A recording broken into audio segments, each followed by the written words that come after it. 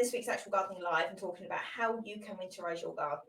So providing support and protection. So we're getting ready for the cold weather. So today I've got five tips for you. 5 tips to get your garden winter ready, to make it stronger and happier when it comes into the spring. So, which is perfect. So we're trying to save you work. When your plants start to grow again in the spring, you're trying to reduce the amount of challenges you're giving them through the winter, so they're going to have to recover from as you're going into spring. So this is the kind of the point of it, to save you work when it comes into the spring and to make your garden happier and healthier. So that's what we're talking about today. I've got 5 tips for you. Hopefully they'll help. So hang on, Natural Gardening Live with me, Josie Rainbird, your natural gardening coach. Okay, question for you before we get started. What do you do to prepare your garden for winter? Is there anything that you every year that you get things ready? What do you do to winterise your garden? We'll be going through a few things in a minute of what you can do, but let me know in the comments what tasks, what have you got that you do every year to winterise your garden, get you ready for winter. So let me know. Winter time can be stressful. We know this. Winter time can be damaging for your garden. We also know this as well. So it can affect your plants, the soil, the wildlife who call your garden their home. It can, which we were talking about last week with supporting the wildlife that lives in your garden. We were talking about how winter affects them and how you can support them through the winter to help them to stay in your garden. So if you haven't seen that, that's still in the group. That'll be on replay on YouTube as well, so you can catch all that up. But yes, so we know it can affect the wildlife who live in your garden. We know it can affect the plants because we see it every year. They die back, they get frost damage. The soil, we know it affects the soil because it gets frost damage. The ecosystem within the soil, if it's not supported correctly, will die off, and then it's got to build back up again in the spring. This is what we're kind of talking about today. The recovery time, reducing the recovery time when your garden, the soil starts to warm up and your garden heads into spring. The shorter the recovery period from the winter, the quicker your plants can kind of kick off and grow and get their health going, the root systems going and everything. So the shorter the recovery time, that's what we're trying to reduce. Reducing recovery. With all these challenges happening, affecting the overall health of your garden and basically the general state of your garden, it's definitely worth getting ahead and giving your garden a little bit of support and protection when you can. This is what we're talking about, a little bit of support and protection. It can be minimal effort involved, but they can make such a difference to the overall health of your garden. So with these 5 tips that I've got for you today, the 5 tips, they will help you to get ahead of the winter challenges and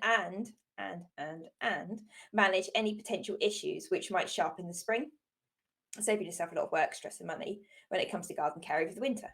So the cold can be one of the more damaging aspects of the winter. Cold can cause all sorts of damage, particularly for softer, more cold-sensitive plants, herbaceous plants in particular. Cold can be one of the more damaging aspects of winter and can really affect the health of your plant, soil and wildlife in the garden. As I say, we spoke about this last week.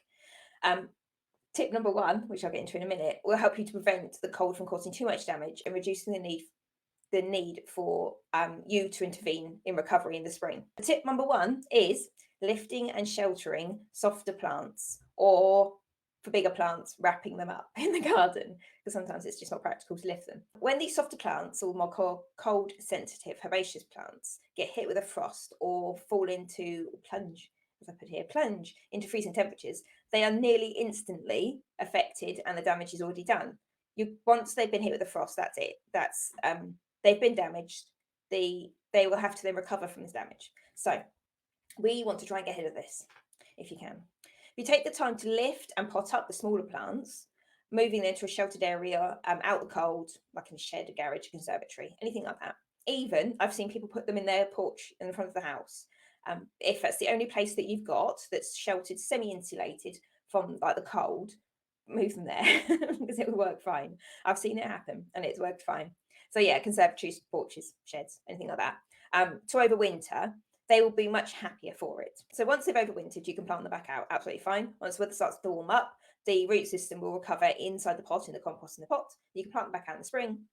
Not a problem. They will not be affected. If, on the other hand, like I just said, if they're larger plants and they're not so practical to dig up, you can wrap them up.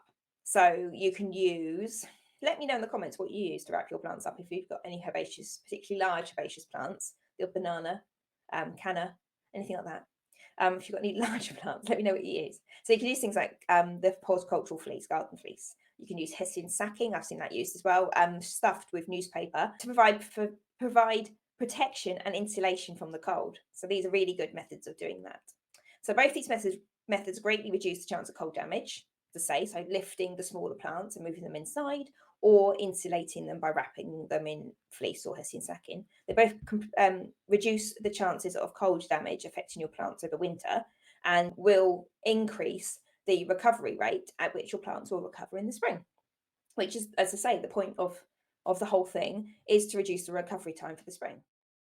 So tip number 2 is soil care, or mulching and weeding really, but soil care. As we know, in the winter, growth rate slows right down. Your plants will need less from the soil. They won't demand so much of it, not so much nutrients, because their growth rates are going to slow so much. They're not going to be requiring so much. We spoke the other day about what to feed your plants in the autumn and winter months, and what the appropriate nutrients your plants will need. So go back and check that out. I'll link that as we go through the week, so you can check that out. But they won't demand so much of the soil now because the growth rates would have slowed. By weeding and mulching, covering the soil, you're ensuring it will be in good condition, will have a good source of nutrients, ready for your plants to pick up in the spring. So by weeding the soil first, covering it in a mulch, you can with some weeds, depending on what the weeds are, leave them as a green mulch underneath the mulch that you're going to put on, like the organic matter that you put on top. So that's an extra layer for them there. By weeding and mulching now, you're going to be supporting the ecosystem in the soil. You're going to be insulating the plant roots to reduce damage and improve recovery in the spring. You're going to be, as the cold weather progresses, the organic matter that you've used to mulch will break down into the soil. It will get frosted down and break down into the soil, releasing nutrients as it goes. The insects and wildlife, the insects in the ecosystem of the soil that do keep going over winter, the bacteria and things, will slowly break it down as you go through the winter. Now, as much as the growth of the plants does slow right down, they will need something to take over. So this is a really good way of just keeping them going, keeping them on point as you go through the winter. So when they come into spring, they haven't taken a step back. They're right on the front foot, and they're going to keep on going. Then they're going to get the nutrients that they need as they need it, and they're not going to need to recover as much, which is perfect. So now is a really good time to be preparing the soil and mulching, as I say, looking after the soil, weeding, and just getting it ready to leave it alone over the winter, ready for spring when it can just pick up the nutrients that it needs it. So tip number 2, soil care, mulching and weeding. Now the weeding is kind of a byproduct of that, because you do it naturally. The mulch will naturally suppress the weeds, and then in the spring the weed seed will start itself off all over again when the weather starts and soil warms up. But the soil care, the mulching, is the important part, keeping the soil on point. Number 3, reducing watering and maintaining drainage. The maintaining drainage applies more to containers than it does the garden, but it could apply to the garden as well. Reducing watering. Okay. As we have seen in the last few weeks, the rain has arrived. It's arrived now. It's out there doing its thing. It's here. We don't usually have a dry enough winter to require us to water the garden, generally speaking. In England, in the UK, generally speaking, we don't get a dry enough winter to require using the hosepipe or watering the garden with water butts or anything like that. So generally, we'd stop watering altogether. By reducing the watering, though, you will be preventing waterlogging and damage to the soil, the root systems of the plants, and it will help to maintain the integrity of the ecosystem within the soil as well. So it's a really important thing to know. If your plants are in containers, as I said about the drainage, if your plants are in containers, drainage is often overlooked when it comes to the winter time. Generally speaking, you worry so much in the summer about keeping your containers adequately hydrated, watering them enough, that you kind of forget in the wintertime that drainage is as important. So it's always a good idea in the winter months to put your pots on feet or blocks, anything like that, to help with free drainage, to help the water run through. It always, generally, not just in the winter, but if you get a particularly wet season, like a couple of years ago when we had a really wet summer, it's really a good idea to put them on blocks and let the water just run through. Otherwise, they'll sit there and get waterlogged. As I say, this will allow for better drainage to help prevent the containers holding onto water, rotting the roots of the plants, which is naff. We don't want that because then they're going to have to recover. If the pot doesn't have drainage holes, on the other hand, it is a good idea to lift the pot up and move it into a sheltered spot so it doesn't get rained on so much. So less of a chance if you can. So move into your greenhouse, or if you've got somewhere that's more covered or under a tree or something. So this is really important. Another bad thing that can happen when your plants without any drainage holes, your containers without any drainage holes, they can hold the water, and then in the winter months, this water can freeze, as we know. Now, this can cause one of two things. It can cause the obviously the water freezing within the soil can damage the plants, can damage the root systems, kill the plants off, so they will not come back in the spring, which isn't good. And they can also crack and damage the containers that they're in, that the water's in. So it will freeze, swell, crack, and then you've lost a container. Your plants are all exposed. It's a nightmare for everyone. So it's a really good idea if you have plants in containers that they have drainage holes, really. And then you can put them on blocks and then the water drain through so they don't ever have this problem. Tip number 4, removing damage and disease before the spring. Now, this goes into tip number 5 as well, so I'll just keep going. We're ready to the last tip. So going into winter, you want to set your plants up with little challenges as possible for when they're moving into spring. So reducing the challenges this end so then they haven't got less to recover from as they go into spring. That made sense to me.